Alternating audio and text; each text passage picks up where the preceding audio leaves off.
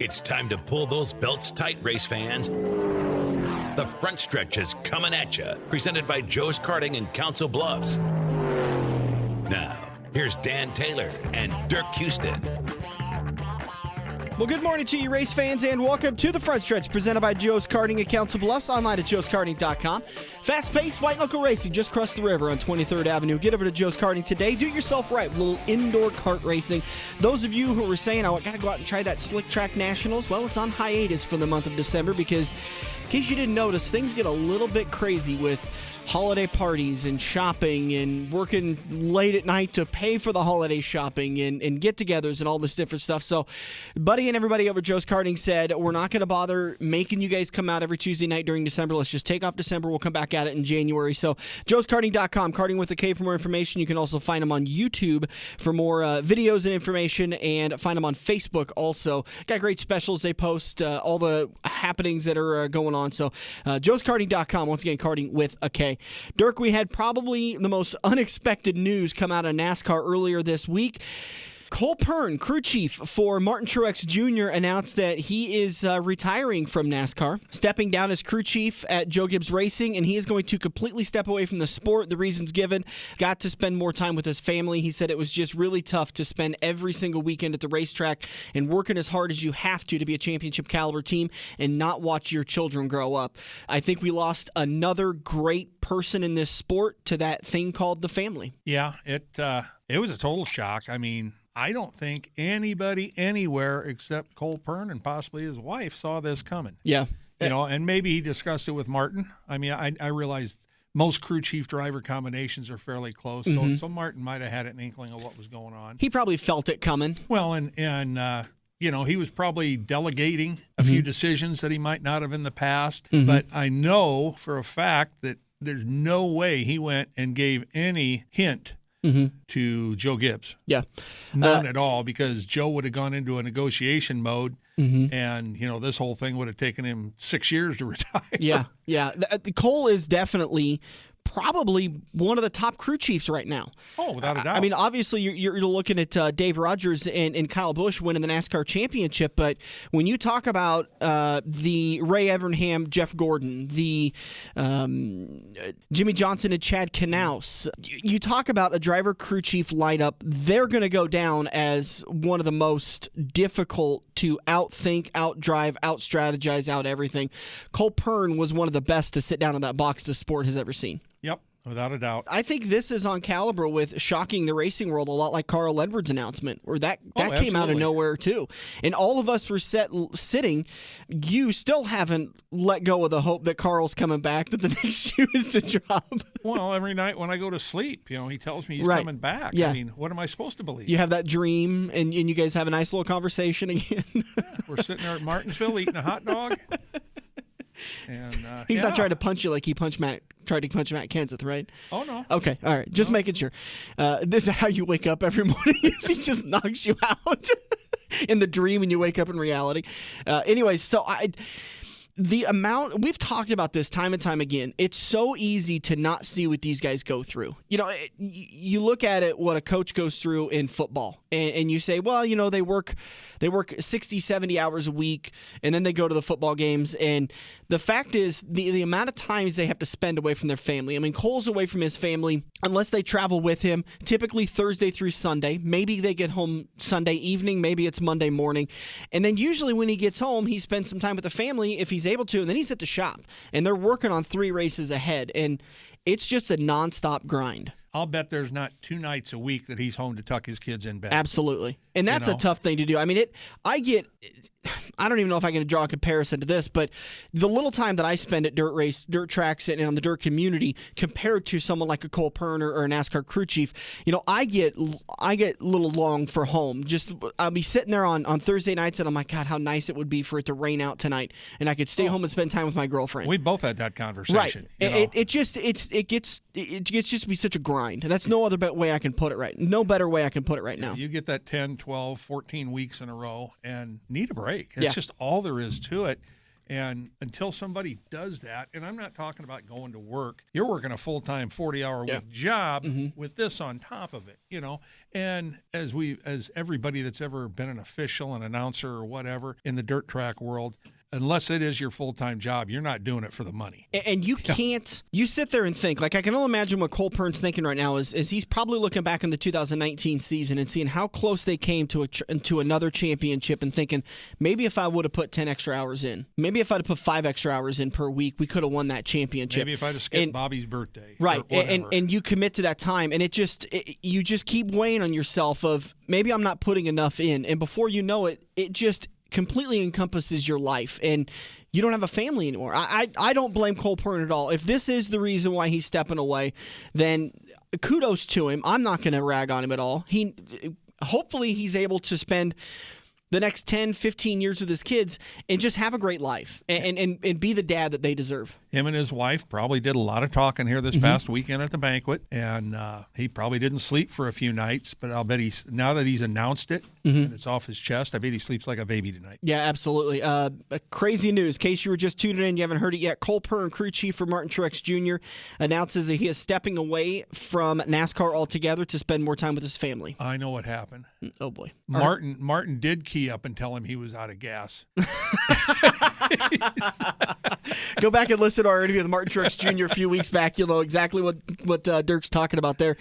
What does this do for Martin Truex Jr.? Obviously, one of the major components to being a successful NASCAR driver is having a top-quality crew chief. Martin had one of the top ones for the last couple of years. What does this do for Martin Truex Jr.? Well, it depends on who they've got on that team in basically an engineer capacity that can step over and do this. It's a huge step for somebody that's just like a car chief or whatever and is working day-to-day setup to get up and call a race. So I think you're going to see somebody in the Gibbs organization, whether it be somebody move up from Xfinity or something like that, that's going to come into this deal. Yeah, we recorded Monday afternoon, so if the announcement's already been made, you can find that information on our Facebook page, the Front Stretch Radio Show on Facebook, and we'll get you updated information there. But I imagine this is going to be probably a couple of weeks till we see the announcement because, like we were just talking about, I think this kind of blindsided Joe Gibbs Racing, so they're going to take some time to make sure they put the right crew chief with Martin Truex Jr. because that's another aspect of this whole relationship. It's not about being a top-quality crew chief and a top-quality driver. You can't put those two people together and all of a sudden you've got a championship-caliber team. They've got to jive together. Kyle Busch is a prime example. He's had some really good crew chiefs, but they didn't know how to manage Kyle quite right. And now he's got a crew chief that can manage him properly. But now it's pretty much a dead time in most of the shops. Not all of them. I mean, you're not going to be able to walk up and see the lights out on all the shops. But the work is ramped way down. There's, if guys are in working, I'd be surprised. Nobody's going to be working more than 40 hours a week right now. This is probably a casual time where they want to come in, they want to turn some wrenches and start do a little bit of work on the Daytona car or whatever, but they're not doing major stuff. Well, it's major stuff anytime you're working on anything, but the shops, for the most part, when you get into this dead time between the banquet and the 1st of January, they pretty much, that's vacation time for everybody. That's when you're going to see people take their vacations and whatnot. Now, Xfinity guys and truck guys, they get a little more time off during the year, so they can do that. But these Cup guys, by the time you figure testing and everything in there, you got a 40 to 42 week job, So you take about a month off, and then you start ramping up for Daytona again. And so for him to make that decision like right now, I mean, he's given Joe Gibbs some time. If Joe's making the decision, I'm not sure if Joe is. I know JD used to run the day-to-day of the outfit there, and I'm not sure who's running it now. But somebody's got some time to make a decision. The good news for Martin Truex Jr., he's at one of the best organizations, and they have a really good feeder system. Not only do they have the Xfinity Series operation that can feed into the Cup Series operation, but through Kyle Busch Motorsports, they also have a Truck Series operation that they could pull drivers up, or they could pull crew chiefs up and teams up. So they've got a very good feeder, if you want to call it a feeder system. They've got a deep bench. Yeah, it's probably not the best term to use, but absolutely. They've got people that are used to the situations they could step up and take over that role. So we'll let you know as soon as that happens. We're going to take a quick break. We're going to be back in turn number 2. Afton Swanson, a drag racer throughout the area, currently competing in the NHRA circuit is going to be joining us in turn number 2. And then Ben Shelton of MSR Mafia will swing by to get us set for the Arizona Sport Shirt Gateway Dirt Nationals coming up this Friday, the 19th, 20th, and 21st. The Thursday, Friday, Saturday show. So featuring 3 big classes. We'll get you all set on that coming up in just turn number 3. And then turn number 4, we're going to do some loose ends, a couple of news and notes that we haven't had a chance to cover since we last talked. Getting down to the end of the year here. And yeah, absolutely. It's crazy. I literally looked down and I thought, oh, wait, that's this Thursday, Friday, and Saturday. I was thinking it was a couple of weeks away. But anyway, so Ben Shelton coming up in turn number 3. We're going to take a break. We'll be back on the front stretch. Red Oak Fabrication is excited to announce they're expanding their powder coating business, which means quicker turnaround times at the same great price. Get all the benefits of a powder-coated chassis for just $275 for a bare frame. Ask Jordan about special pricing for large and small projects today. Email Jordan F. at redoakfabrication.com. Located at the intersection of Highway 34 and 48 in Red Oak, Iowa, or at redoakfabrication.com. A beautiful and durable service is just down the road. Every race car driver has run into the same problem. It's well past normal parts store closing hours, but you need that one to finish your car. The guys who brought you White Knuckle Racing by the River bring you Joe's Karting Racing Parts and Tire Store. Open until 10 p.m. Monday to Thursday and open until 11 p.m. on Friday and Saturday. A parts store that fits your after-hours schedule, and you can turn a few laps at Joe's Karting while you're waiting for your part to get pulled from their warehouse. joeskarting.com for more information. We're hooked up in turn 2 and still showing the green flag on the front stretch. Welcome back to the front stretch. Just about ready to do another Red Oak Fabrication interview. 'Tis the season to head down to Red Oak, Iowa for great deals on Carhartt gear at Red Oak Fabrication. Go to redoakfabrication.com for deals and information. That's redoakfabrication.com/Carhartt. That gets you right into their Carhartt store, which includes hunting gear, work gear, gloves, boots, hats, all sorts of stuff for the working man. Also great fashionable merchandise and wearables for the kids and for the ladies in your lives. So that could be a great birthday present or Christmas present. I think I saw an ad. They got $20 off a coach right now, I think. Yeah, I think that's ran up to this week. I think it ended yesterday, but each week they're doing more sales. So make sure you like the Red Oak Fabrication Facebook page or just follow the Front Stretch Facebook page. We've been sharing them every Monday morning so that you guys can get those deals in Red Oak, Iowa. Big thank you to Red Oak Fabrication for sponsoring the show. Joining us now is a local racer. Well, I guess semi-local. She's over in eastern Iowa, right? Yep. Joining us on the show now, Afton Swanson. How you doing? I'm good. Thanks for having me, you guys. It's great to have you on the show, and it's always nice to talk to a female racer. There's just not enough of you in the sport for probably one reason or another, which leads me to the question, how the heck did you get involved in racing? Well, I started out, I'm a drag racer, first of all, and I started out in the Junior Drag Racing League when I was 9 years old. And I raced at my local track in Humboldt, so that's getting a little bit closer to your area. Started out 9 years old doing that, and then when I turned 16, I got into the full-size dragsters. I raced with the adults in the Super Pro category. I did that for several more years, and then my husband Joe and I got married in 2013. And from there, what I like to do, besides racing, my other passion is traveling. So I wanted to keep racing, but get a little bit farther from home, experience new tracks, and take my love of traveling and combine it with my love of racing. So I ended up getting involved in the NHRA circuit, and I got into a category called Top Dragster. And that's what I've been doing the past 5 years now, is traveling on the NHRA circuit on the national and divisional levels. So was that travel just an opportunity to get away from the new husband every once in a while? I'm sure he's turning the wrenches on the race car. I'm sure he's there. He's there. Yeah, we're a two-person team. Really? And he works on my car with me. He's my crew chief, and he's been there, and he goes to all my races. And wow. We're a two-person team, so it's pretty nice. Now, for somebody who, I've got pretty good background with the drag racing. I used to be a little slower than what you're running down there in that 1090 Super Street class. What is the difference between like top dragster and top alcohol dragster? So the top alcohol classes, they run heads up. So it's the fastest car always wins. Well, most of the time. Whereas in my category, it's handicap bracket style racing. So it makes two unequal cars equal again. So theoretically, a slower car could win. It doesn't all come down to the money. And that's why I like the top dragster category, because it puts it more in the driver's hands, and it's not just the biggest budget always wins.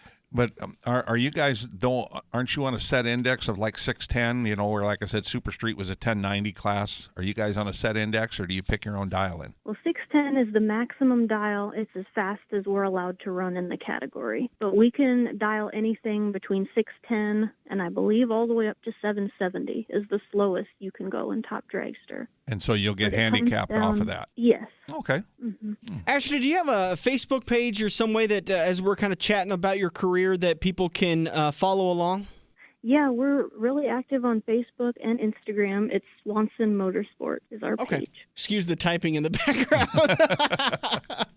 I can't hear it. So okay, good. I got a loud keyboard, so it's hard to hide on the microphone sometimes. But so you said you started racing at 9. That just had to be an insane experience. Thinking about the things I did when I was 9 years old, going as fast as you obviously did wasn't even close to that. Well, I mean, back then, how we got into it, my dad took me to Eddyville Raceway Park. That's down in southern Iowa. And back then, they rented out junior dragsters. So before we just dove into this, he took me there one weekend to rent a car to see if I would even like it. And the cars are not very fast. I think I was only going like 30 miles per hour in the 8th mile. Junior dragsters only run 8th mile, where the class I'm doing now is all quarter mile. But even nowadays, junior dragsters, you can get started at 5 years old. But obviously, the younger you are, the more restrictions you have, the slower you have to go. But you can race all the way up until you're 18. And there are some junior dragsters out there. You can go up to 85 miles per hour in the 8th mile. Yeah, that's faster than street cars. Yeah, I mean, we're used to the go-kart racers around here. I mean, both Eagle Raceway and I-80 Speedway have go-kart tracks, Little Eagle Raceway and Little Sunset Speedway. So it's basically the same type of deal. I think you start when you're 4 or 5 in the cage carts for the go-karts going around in circles. You guys are doing the same type of thing to get the youth involved in the sport. Yeah, exactly. And a lot of young racers came out of juniors. Yeah, oh yeah, there's a lot of champions now. I think, didn't Erica Enders come out of juniors? Yep. She's a 3-time world champion in pro stock now, so that's pretty cool. Yeah, I was going to say there's several of them up there in the pro categories that came out of the cars. And I've actually raced at Eddyville. That's actually where I made my first trip down a drag strip in an actual race car, a legal race car. That's cool. I see that you, back in 2017, early in 2017, at the Heartland Park in Topeka, you picked up your first national event on the NHRA Tour for the top dragster. That had to be a pretty awesome day for you. Yeah, that was probably, I tell people that was the happiest day of my life. And yeah, I'm married, So people, well, what do you mean, Well, the truth is, because I've been drag racing, next year will be 20 years. I started racing in 2000. So I've been doing this 20 years, and I've been wanting to win a Wally for longer than I ever wanted to be married, So I've been working for this since I was 9 years old. So that's why I tell people that was the happiest day of my life. And hopefully we can get another one in 2020. Well, I'm sure your husband was happy too. Oh, yeah. There's a photo on the starting line. I didn't even know he could jump that high. It was pretty crazy. But now when you tell him to jump, you know how high he can jump now. Yeah.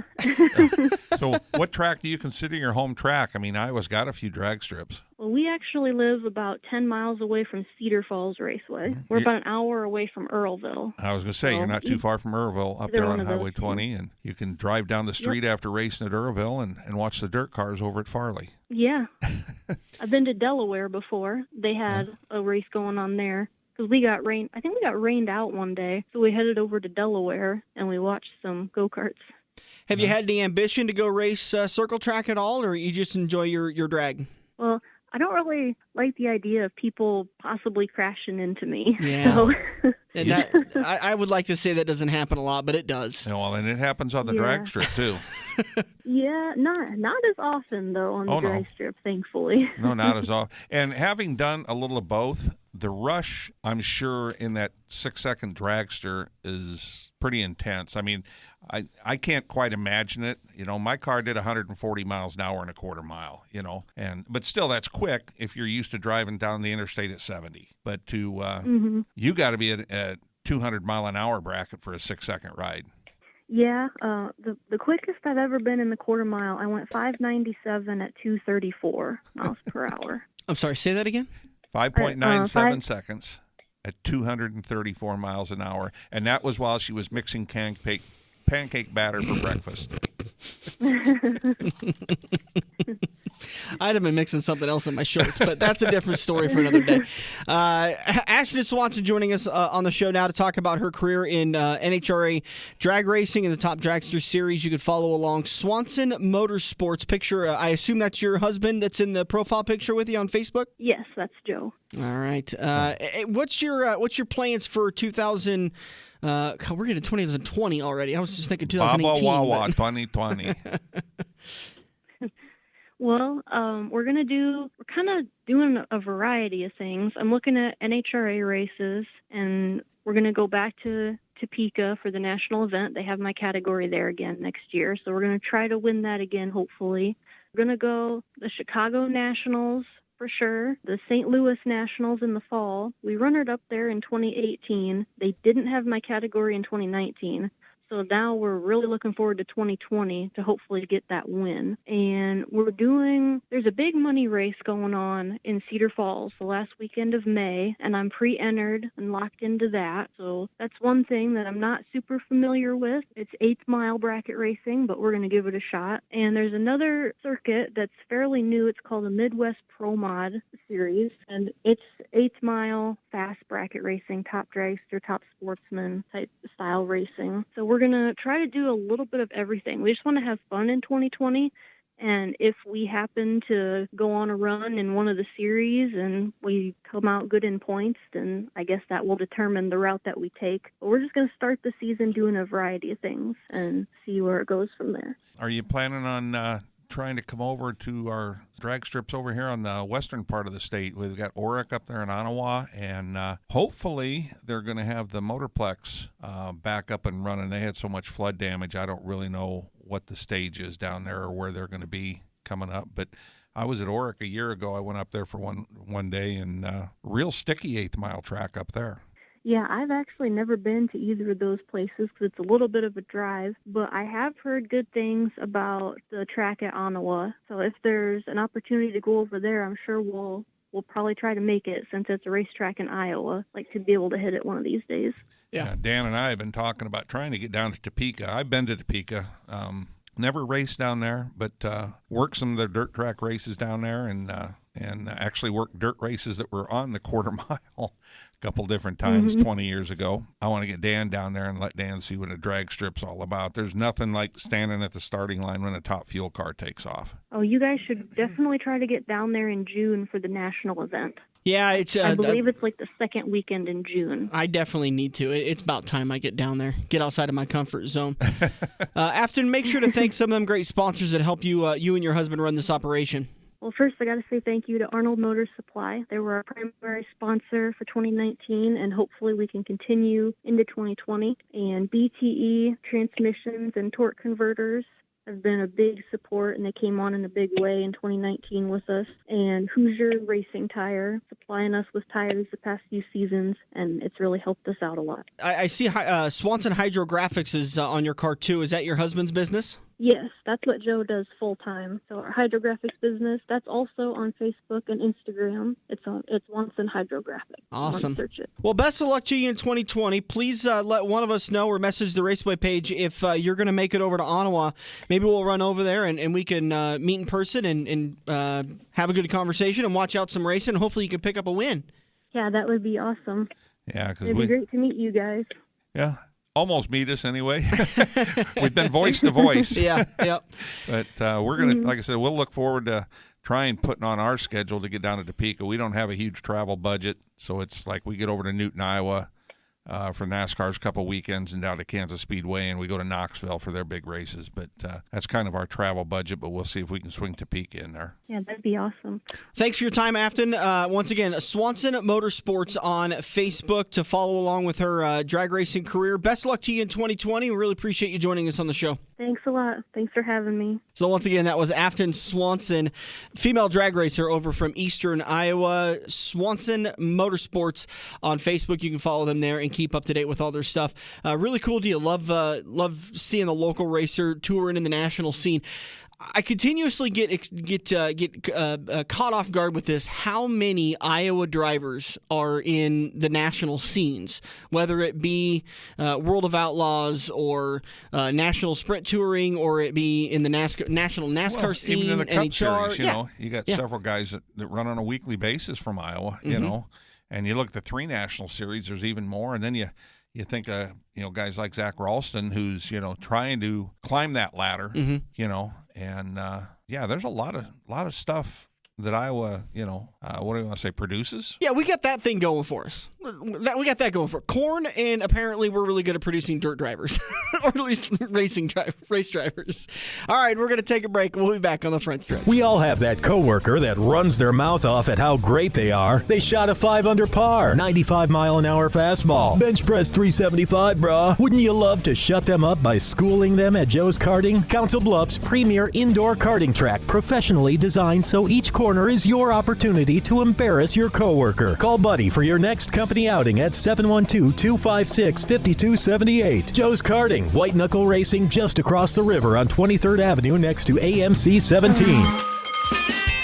If you love wings, if you love rings, and all kinds of other tempting things, great times, great food, get to Quaker Steak and Lube. Quaker Steak and Lube is the official watering hole of the front stretch and the home of MAV TV, featuring action from the Lucas Oil Late Model Series. Great times, great food, get to Quaker Steak and Lube. Located on Mid-America Drive in Council Bluffs. Feather the brake and get back to the gas. Dan and Dirk are headed into turn 3 on the front stretch.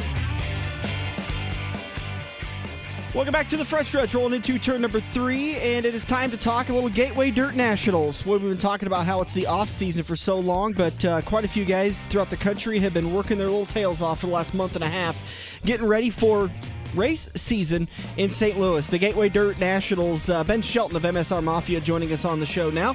Ben, is this the 3rd annual, or are we already at the 4th? Now we're rolling up on the 4th. It's hard to believe. I remember when it was the 1st, and now we're all the way to the 4th now. You guys are doing a great job with it. I was looking through the Facebook page, seeing all of the drivers that have confirmed to come and race at the Gateway Dirt Nationals. I started a list, and then I kid you not, my pen ran out of ink. Yeah, it's crazy, man. I mean, this year being closer to Christmas, it's affecting some drivers that are going to be able to come. And obviously, drivers that have got to be in Vado, New Mexico to start off the World of Outlaw season basically a week later. And then 2 weeks later, the Wild West Shootout. And, of course, the Chili Bowl's all mixed in. But still just a fantastic turnout in all the divisions. And, man, we're just really amped up for the event.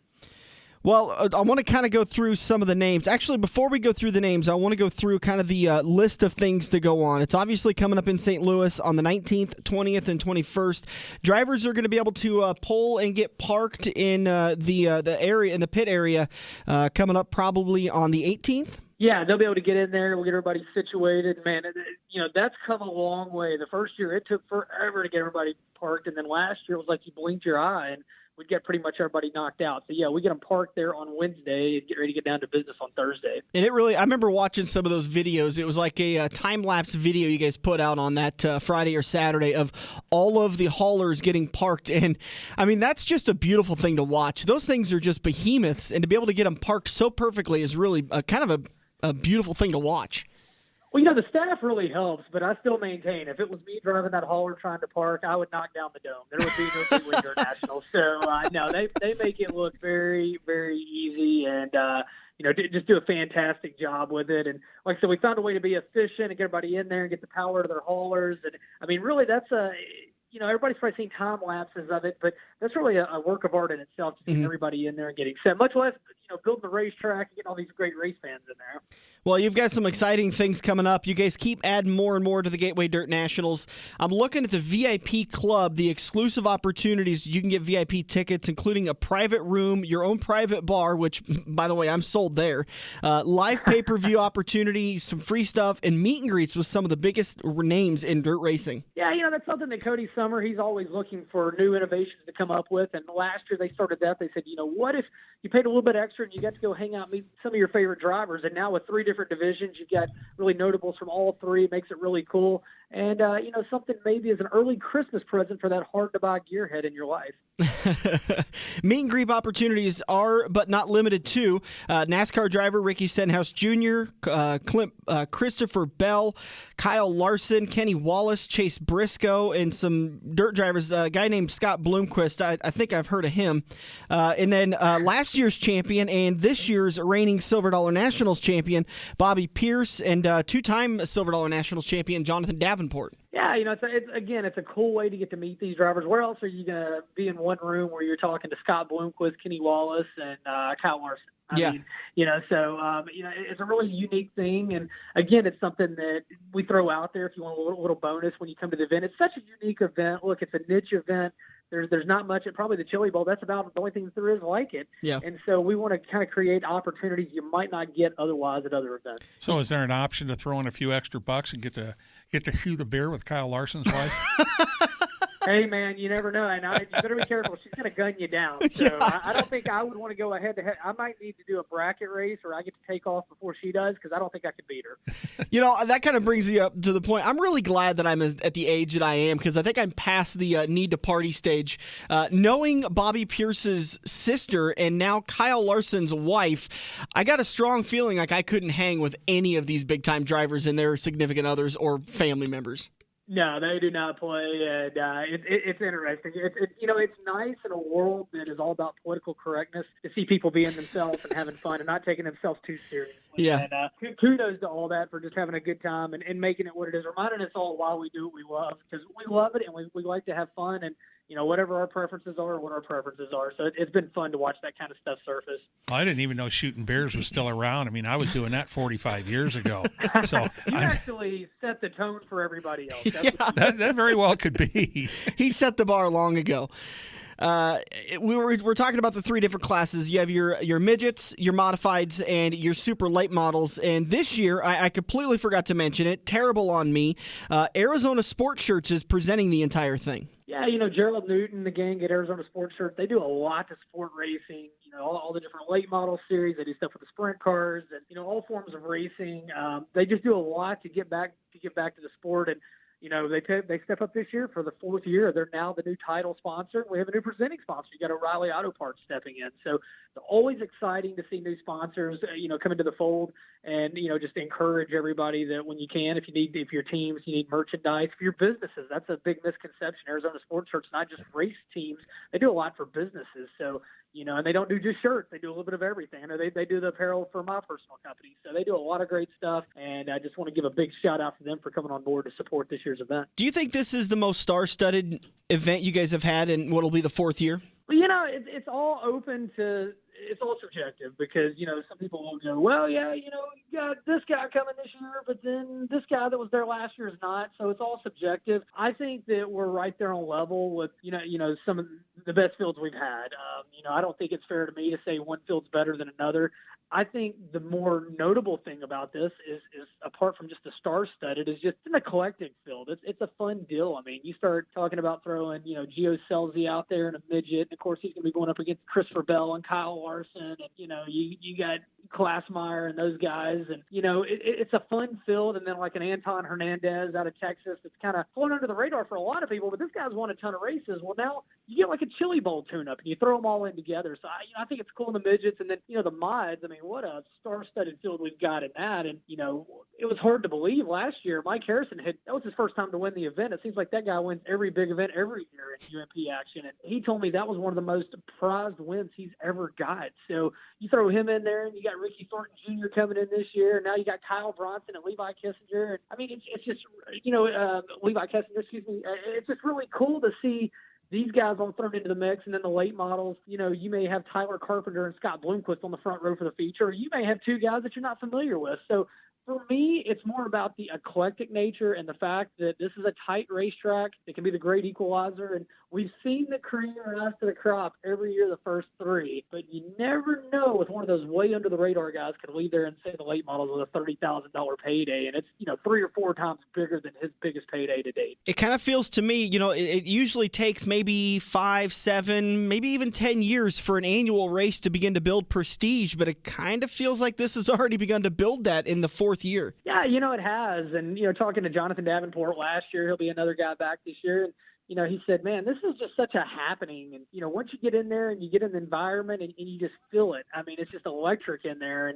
And it has. It's hard to say, some of these races have been around for 40, 50 years, and obviously you can't touch the prestige of those. But, again, in a totally different way, this thing has just got a vibe about it. It's got a desire to win. And even for the guys that aren't there racing, guess what? They're sitting in the grandstands. There's as many racers that come to this event as anything because they want to see what is going to happen next. Yeah.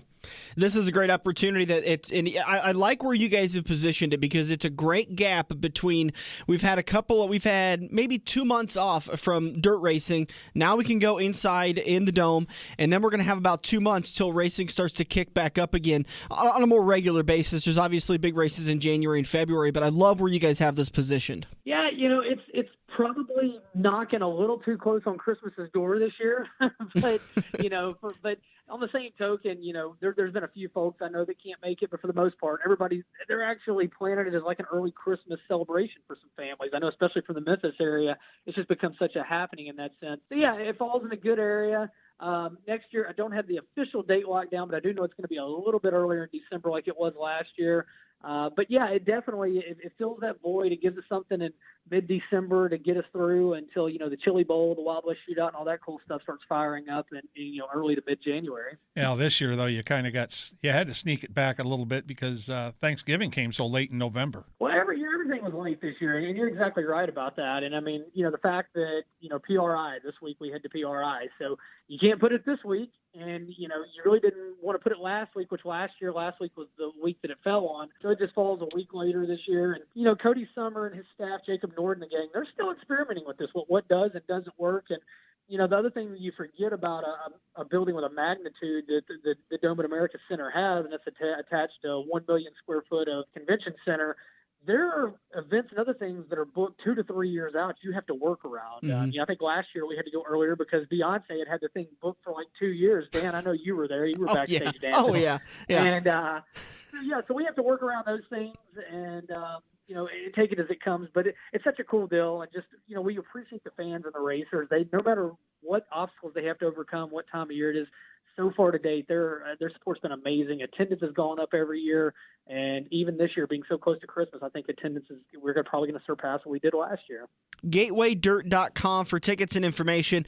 You've kind of touched on it, and it's kind of a weird thing to touch on a little bit, but how many times do we sit back and say, I'm going to go next year, but you talked a lot about it last year and really kind of drove the point home. They could just decide to bulldoze this thing and turn it into something else, and all of a sudden the Gateway Dirt Nationals is a thing of the past. So maybe not wait till next year. Maybe get it done right now while you've got a great opportunity. Yeah, we would obviously that's a thing, and honestly, that's probably true of just about any racetrack in our sport and the climate that we live in. But especially this one, we are guaranteed through next year. They signed a 3-year agreement leading into last year's event, so we got this year and next year. But definitely come to it. You can watch the pay-per-view, and we hope that if you can't be there, you do watch it at dirtondirt.com. But so many times I've had people tell me, I watched the pay-per-view, it looked pretty cool, and then I went to it, and I was like, I get it now. This is why you have to go every year. You have to experience this. And it's really the way to sum it up. Being at it in person, it's like really any sporting event. Watching on TV just isn't what it is in person. And, we do a lot of things, the dance cams, the kiss cams, just all kinds of fun stuff. And, at the end of the day, we want to make sure everybody has a great time. And what better place to be inside a building? I mean, it might be 70 outside or it might be snowing outside, but hey, that temperature inside stays the same, and we don't have to worry about it getting rained out. So that's about all that you can ask for, especially in late December. Yeah. Yeah, I'm sure Cody will have something exciting set up at the beginning of the race. I was there in 17, and when they did Lee Greenwood and we're shooting off some fireworks and stuff. I mean, I had goosebumps. My hair was standing on end. It was crazy. Just electric in there. It's such a feeling. Last year was amazing. We had everybody get their cell phones out and light it up, and it was really surreal. It is a very grueling weekend for our entire staff. It's just a trying one. So we have so many obstacles to overcome, but it's an event that I am very, very proud to get to be a part of year to year. We have an amazing staff, all the way from, our producers to our camera people to our track prep people to the people that I'm very lucky to get to announce with. Trenton Berry, not too far from your area, around from Kansas City. He's part of our announcing staff every year. And we're just very, very lucky to get to do this, and very thankful that everybody supports the event. Ben Shelton with the Gateway Dirt Nationals coming up the 19th, 20th, and 21st. GatewayDirt.com for more information. Ben, you can imagine I was sidetracked just a little bit. I'm looking through some of the things you've got going on the MSR Mafia page, which is your main gig in the dirt racing world, other than announcing and promoting and helping the sport tremendously. But you've made some big announcements that MSR Mafia is growing. Yeah, it's been a very exciting time. As some people step back from the sport, I actually believe in it more than ever, and I see so much potential for growth and continued things. And added another full-time staff member, a good friend of mine, Jeremy Shields. He worked with me back in the day. He was with the Lucas Oil Late Model Dirt Series in a marketing capacity the past 7 years, and he's come to work with me, and we're looking to expand and just continue promoting the world of racing. Our sport isn't like any other sport. We got to work harder, work better, work faster to continue to get the fans and competitors. But, if we put the work in, I think we've seen that tracks and events can succeed. And I'm very excited about the future, continuing to work with so many different, great folks, and not just my clients, but clients of competitors, and helping those competitors. At the end of the day, we all need each other to keep this ball turning, keep this sport going. And I'm excited about the future. There's a lot of hard work in front of us, but I'm real excited and the potential and the direction the sport's headed. You talk about the uniqueness of the sport. I mean, there is no other sport out there, none, where every team plays everybody every week. It's exactly right. And, to take a pot shot at the NBA, we don't set our stars out in certain games. Our stars play in every game. They're out there trying to get the win and get, we're out there playing for a championship every night, if you will. So, it's very fun to watch. I still say for the entertainment dollar, you're not going to beat the excitement we have in our sport.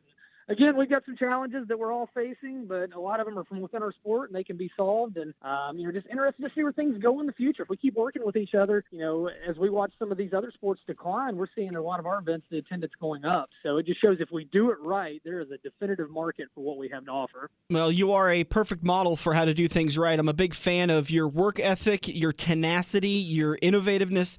You guys do an amazing job, not only with MSR Mafia. You do an amazing job with MSR Mafia. I know you just mentioned you brought another extra employee on board. I literally thought the amount of times I hear from you in a week that you had 10 people already working for you.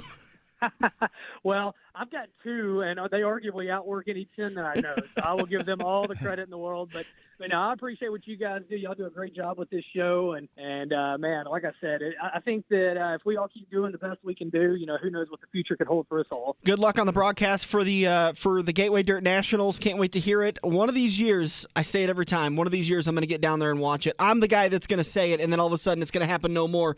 And you're going to call me and go, I told you, you should have come. But one of these years, I'm going to get down there. We're going to do an intervention show with you, Dan. But Deal. This is on your hands, buddy. This Deal. is all your fault. Gateway Dirt Nationals, 19th, 20th, and 21st. Midgets, modifieds, and late models all going on down in St. Louis. GatewayDirt.com. Ben Shelton, thanks so much for joining us, sir. Thank you. You guys have a great one. Once again, GatewayDirt.com for tickets and information. Get down there. I know the Jake Bridge, who's a good friend of mine down in races Grand Nationals throughout the area. He went down as a part of his bachelor party last year, and he had an absolute ball of a time, and now it's an annual trip with all of his buddies that they go down, they rent one of the big rooms upstairs, they just have a heck of a time. They probably got that VIP stuff. Well, I saw a bunch of people down there when I was there in 2017. I mean, we had gotten free tickets and given away a bunch of 4-packs of tickets, and I know I ran into Pat Eccles down there. Works fire and safety at the local tracks and at Kansas Speedway. Mm-hmm. And, I ran into a couple Zeitners, I think, and there were several people I ran into down there. All right, that's going to do it for us in turn number 3. We're going to come back with a quick turn number 4. We'll be back on the front stretch. As summer winds wind down, those chilly nights at the racetrack are just around the turn. Stay warm while looking good, cheering on your favorite driver with Carhartt from Red Oak Fabrication. Since 1889, Carhartt has proven their mettle from the trenches of World War I to the toughest job sites today. Browse the large selection at the Red Oak Fabrications Carhartt store and get $5 off pants until September 29th. RedOakFabrication.com/Carhartt or at the corner of North 3rd and East Grimes in Red Oak. Every race car driver has run into the same problem. It's well past normal parts store closing hours, but you need that one to finish your car. The guys who brought you white knuckle racing by the river bring you Joe's Karting Racing Parts and Tire Store. Open until 10 p.m. Monday to Thursday and open until 11 p.m. on Friday and Saturday. A parts store that fits your after-hours schedule, and you can turn a few laps at Joe's Karting while you're waiting for your part to get pulled from their warehouse. joeskarting.com for more information. It's checkers or wreckers as we enter turn 4 on the front stretch, presented by Joe's Karting in Council Bluffs. Just about ready to wrap this baby up. Rolling into turn number 4, brought to you by Quaker Steak and Lube, the official watering hole of the front stretch. Get over to the Lube today for all the NFL action on the big screens. And don't forget, Dinner with Santa is coming up later this week. You can get more information on the Quaker Steak and Lube Facebook page. Just search Quaker Steak and Lube Council Bluffs. Big thank you to Quaker Steak and Lube. And you better believe we'll work out a deal if they can have the Gateway Dirt Nationals on this coming Thursday, Friday, and Saturday. So maybe we'll go down there on Saturday night. Just kind of a, hey, come down and hang out and watch it on the big screens as long as they can get the race over with by 11, which seems to be kind of an issue with some of these dirt tracks. But big thank you to Ben for joining us in turn number 3 and us set for that race. Boss Man's, I think, gets back in town tomorrow. Yeah. Yes, absolutely. All right. We wanted to talk about a couple of the news and notes that we hadn't gotten a chance to talk about. Obviously, we hit the big breaking news earlier this week that Cole Pern is set to, has announced that he is going to be retiring from NASCAR competition, and he will be stepping away from the 19 team at Joe Gibbs Racing to spend more time with his family. Got some promising news coming out of Richard Petty Motorsports. They've announced that they're expected to add new sponsors and a second car for the 2020 lineup. So a little bit of financial support coming behind Bubba Wallace in that 43 car. Yeah, and I know the article I said they were going to upgrade. They were going to sell off, I don't remember if it said 6 to 8 cars and get 6 to 8 new ones into their fleet. So Daniel Suarez, who was recently relieved of his ride at Stewart-Haas Racing, is rumored to be headed to the Xfinity Series for Richard Childress Racing. They said, although it is a long shot, that Daniel would drive a third Cup entry for the organization in 2020. They said it's a much better shot that he'll be in the number 2 Xfinity car for 2020. So good news for Daniel, working on some rides. I know that he was a little bit surprised with the announcement that he would not be returning to Stewart-Haas Racing, and he's obviously got money that could that he's worked on generating some sponsorship dollars. So I don't think Xfinity Series is a bad opportunity for him. He did very well when he was down there, obviously winning the Cup Series or the Xfinity Series championship prior to moving into the Cup Series. But good news for Daniel making his way back into the Xfinity Series. Well, and the neat part about this is now he'll be with another outfit where he was with JGR before. And if he comes right back in and runs in the top 3 all year again, then you know the kid's got talent. But if he's running back 10th and 12th, you're going to wonder if it's the organization or Daniel Suarez. Yep. Yeah, you're absolutely right. Another one of the big announcements that, once again, NASCAR just waits until we record the show to make their big announcements. They announced formal formats for their new premier sponsorship, and this is in lieu of them announcing several years ago that they would not be accepting a title sponsorship for the 2020 season. It's no longer the Monster Energy NASCAR Cup Series. It is now simply known as the NASCAR Cup Series. I love this move for 2 reasons. One, I don't have to relearn a sponsor name every 5 or 6 years.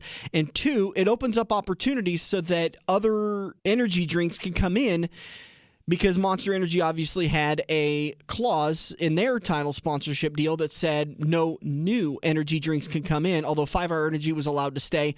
You've talked about it several times with Alltel and when Nextel came in and sponsored. Did. Right. So it opens up opportunity, because we've seen this a couple of times with other teams that they're restricted on their ability to go out and find sponsorships because of NASCAR's title sponsorship. So they were kind of inadvertently impeding on the team's ability to generate some revenue.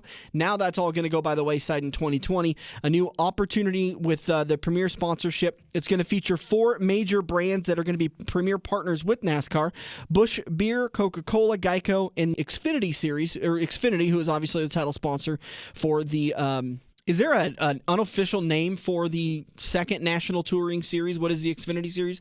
Because NASCAR, the Cup Series was originally known as the Grand National Touring Series, right? Way back. Yeah, that and I don't know if there's ever been kind of almost like a super late model to a Grand National, like a mod to a B mod. Like there's not that second. Anyways, but it doesn't matter. Yeah, they just always use a sponsor. They had it called the Busch Series for a while, and then. So I wonder if they'll move to that system when Xfinity decides we're going to move to sponsoring more of the Cup Series rather than just the Xfinity Series. It depends on how it works. I don't know what the contract is Xfinity has with NASCAR for the Xfinity Series. Yeah. But if I'm not mistaken, I think the Gandor Outdoor Truck Series, I think they had just redone their deal here a year or two ago. Because it used to be the Camping World Truck Series, and with Camping World having all their issues, it switched to. Now, did Gander purchase Camping World? I believe it just rebranded. Okay, it just turned into Gander. So anyway, it's frustrating to have to relearn a series sponsor, because how many times have we out just sitting there talking and all of a sudden somebody calls it the Winston Cup Series and you're like, that was a while I'm the only ago. one that's guilty of that because I was the only one that was around then. No, Joe calls it that. Stan calls it that. I mean, there's several people within the group I've been calling it Cup Series for years. Yeah, it's so much easier. It's so much easier that way. But I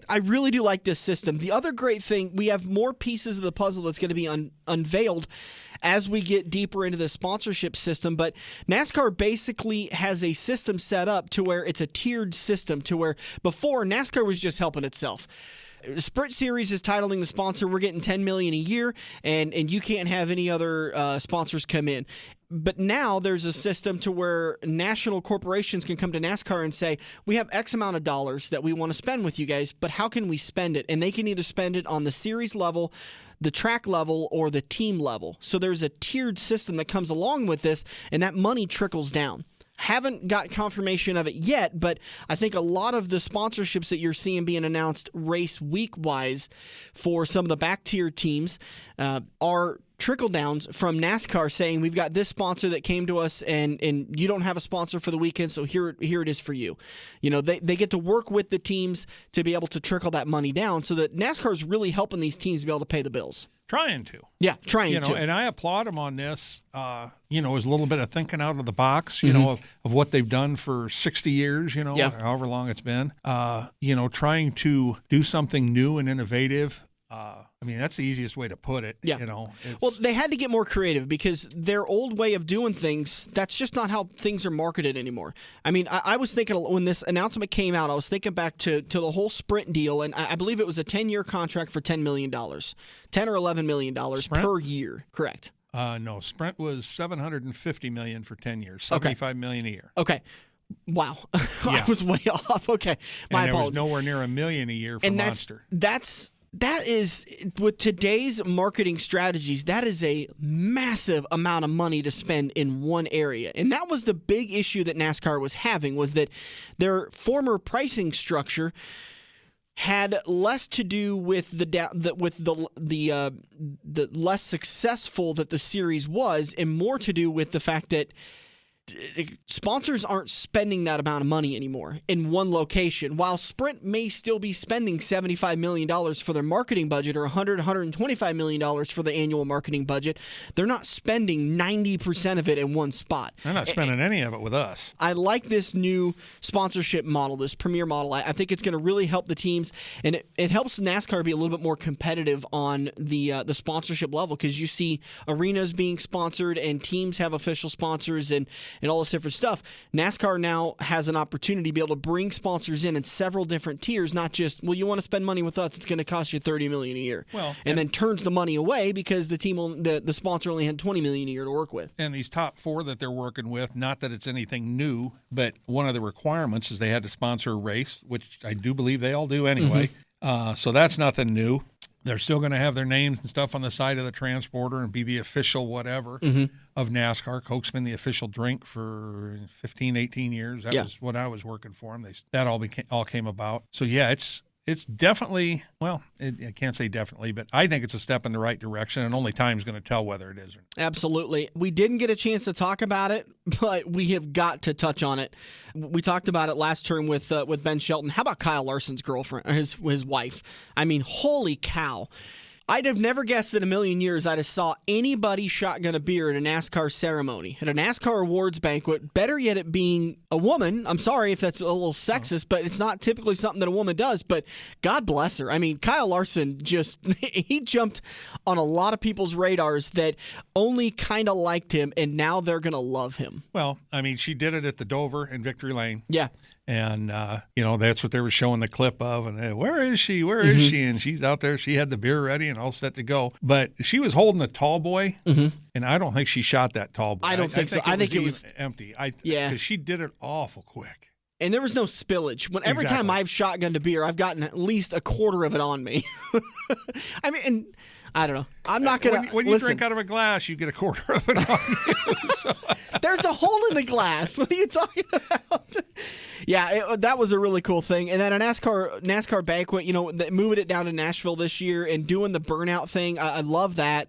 I really wish I could have watched it, but we don't have a TV at home anymore. We're saving a little bit of money because we got so many Christmas presents to buy this year. But the deal with Eddie Vedder. Yeah. Was really cool. I don't remember what the name of his foundation deal is, but it was about some skin disease, was it not? I can't remember off the top of my head. And the Motorsports Association people, I mean, basically led by Rick Hendrick, cut him a check for $1.8 million or something like that. I mean, brought him to tears. Yeah. He got down on his knees. And well, I mean, what a great deal. I mean, Hendrick and that's a great deal of being able. I mean, imagine getting an unexpected $1.8 million for your charity. I'm just wondering if that was all the fines that Tony Stewart paid that this year. Might have been.